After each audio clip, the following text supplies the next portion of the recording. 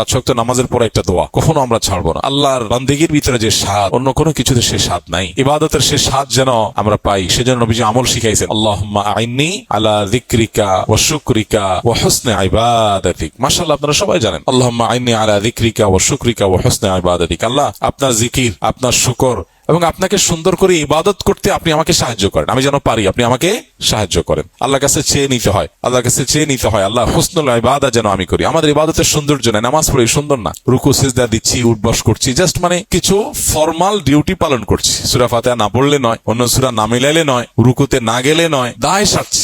ইবাদতকে ভেতর থেকে এনজয় করে তৃপ্তির সাথে, মহব্বতের সাথে, আল্লাহর ভালোবাসার সাথে আল্লাহকে রুকু পেশ করছি না। একজন পদস্থ বড় কোন মন্ত্রী, মিনিস্টার, প্রেসিডেন্ট, প্রধানমন্ত্রী, কোন পাওয়ারফুল মানুষ, তাকে যদি একটু রেসপেক্ট করতে পারি, আমাদের কাছে একটু হলেও ভালো লাগা কাজ করে। বিশেষ করে যদি ভালো মানুষ হয়, তখন ভালো লাগা কাজ করে। একটা ভালো মানুষকে রেসপেক্ট করতে পারছি, আহকামুল হাকিমিন আল্লাহ রাব্বুল আলামিনের সামনে রুকু করতে পারছি, সিজদা দিতে পারছি, মহব্বতের সাথে তার পবিত্রতা জ্ঞাপন করতে পারছি। এর মাধ্যমে আমার আখিরাত বিল্ড হচ্ছে, আল্লাহর সাথে সম্পর্ক গভীর হচ্ছে। কত ভালো লাগার জিনিস। কিন্তু না, শয়তান আমাদেরকে ভুলায় রাখে।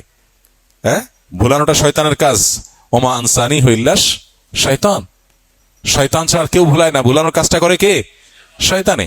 এই জন্য শয়তানের সাথে আমাদের ফাইট কিন্তু সারা জীবনের ভাই, সারাক্ষণ শয়তানের সাথে ফাইট। কোরআনে আল্লাহ তাআলা বারবার শয়তানকে পরিচয় করিয়ে দিয়েছেন আদৌ ও মুবিন বলে। কি বলে? আদৌ ও মুবিন মানে কি? প্রকাশ্য শত্রু।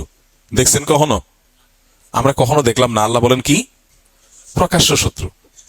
আরে ভাই, যে শত্রু কোনোদিন দেখলামই না, দেখার কোনো স্কোপও নাই, তাকে আল্লাহ বলছেন কি? প্রকাশ্য শত্রু। তাহলে কেমন হলো না? এটা অপ্রকাশ্য গোপন শত্রু বললে মনে হয় যে, হ্যাঁ, আসলে কি তাই? শয়তান এর অস্তিত্বটা আমাদের কাছে প্রকাশিত না, কিন্তু তার কর্মকাণ্ড যতটা প্রকাশিত, এতটা প্রকাশিত আর কারোর কর্মকাণ্ড না। শয়তান তার কর্মের মধ্য দিয়ে প্রকাশ্য। বুঝেন নাই? অনেক লোক আছে, ধরেন একজন কেউ বাহির থেকে ঢেল মারে, শুধু একটু পরপর, সরি ভিতর থেকে ঢেল মারে। ভেতর থেকে কেউ একজন, আপনি বাইরে আছেন, আপনার ঢেল মারতেছে, একের পর এক মারতেছে মারতেছে মারতেছে। তো এখানে সে নিজেকে গোপন রাখছে, কিন্তু তার শয়তানিটা কি নাই? গোপন নাই। এই জন্য আমাদের শয়তানকে মাথায় রাখা উচিত। সব সময় মাথায় কাকে রাখা উচিত? মানে শয়তানের মাথায় রাখা মানে পজিটিভ অর্থে মাথায় রাখা না। মাথায় রাখা মানে শয়তানের কথা চিন্তায় থাকা উচিত যে ইবলিস কিন্তু বসে নেই, ইবলিস কিন্তু বসে নেই। কোন কোন সালাফ তো বলেছেন, শয়তান নেক্সট যেহেতু ধোঁকা দেয়, কোন আমলের প্রতি বেশি আগ্রহ তৈরি হলেও চিন্তা করবে ব্যাপার কি, শয়তানকে আমাকে এর চাইতে গুরুত্বপূর্ণ কোনো কাজ ভুলানোর জন্য এই কাম করতেছে কিনা। এই জন্য ভাই, শয়তান আমাদেরকে বিভিন্নভাবে ধ্বংস করে।